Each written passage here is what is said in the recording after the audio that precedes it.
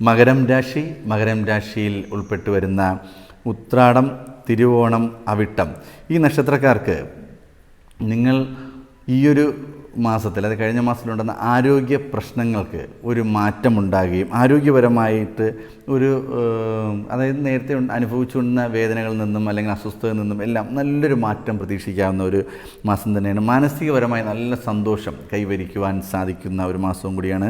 രാഷ്ട്രീയ സാമൂഹിക രംഗങ്ങളിൽ പ്രവർത്തിക്കുന്ന വ്യക്തികൾ സൂക്ഷിക്കുക. നിങ്ങൾക്ക് ഈ ഒരു മാസത്തിൽ നിങ്ങൾക്ക് ഒരുപാട് അംഗീകാരങ്ങളും അഭിനന്ദനങ്ങളും പ്രശംസകളും എല്ലാം വന്നു ചേരുന്ന സമയമാണ്.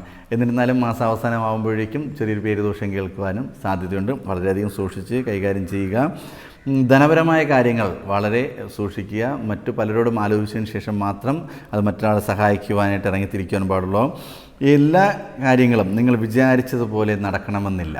അപ്പോൾ അതുകൊണ്ട് നിങ്ങൾ ഈ ഒരു കാര്യങ്ങൾ, നിങ്ങൾ ആഗ്രഹിച്ച കാര്യങ്ങൾ, നിങ്ങളുടെ സ്വപ്നങ്ങൾ നേടിയെടുക്കുവാൻ വേണ്ടി ഹനുമാൻ സ്വാമിയെ പ്രാർത്ഥിക്കുകയും ക്ഷേത്ര ദർശനം നടത്തുകയും ഭഗവാന്റെ നാമങ്ങൾ നിത്യവും ജപിക്കുകയൊക്കെ ചെയ്യുന്നത് വളരെ നല്ലതായിരിക്കും. മേലുദ്യോഗസ്ഥരിൽ നിന്നുള്ള ഇഷ്ടപ്പെടൽ അല്ലെങ്കിൽ അവർ നമ്മളെ ഇഷ്ടപ്പെടുകയും അവരിൽ നിന്നുള്ളൊരു ബഹുമാനം ഉണ്ടാകാനും വേണ്ടി നമ്മൾ ഒരുപാട് ആത്മാർത്ഥത കാണിക്കുകയും ജോലിയിൽ നിങ്ങൾ ഓവർ ടൈം വർക്ക് ചെയ്യേണ്ടി വരും. അങ്ങനെ ചെയ്തു കഴിഞ്ഞാൽ അവരിൽ നിന്നുള്ള ഒരുപാട് അംഗീകാരങ്ങൾ ലഭിക്കുവാനും സാധ്യതയുണ്ട്.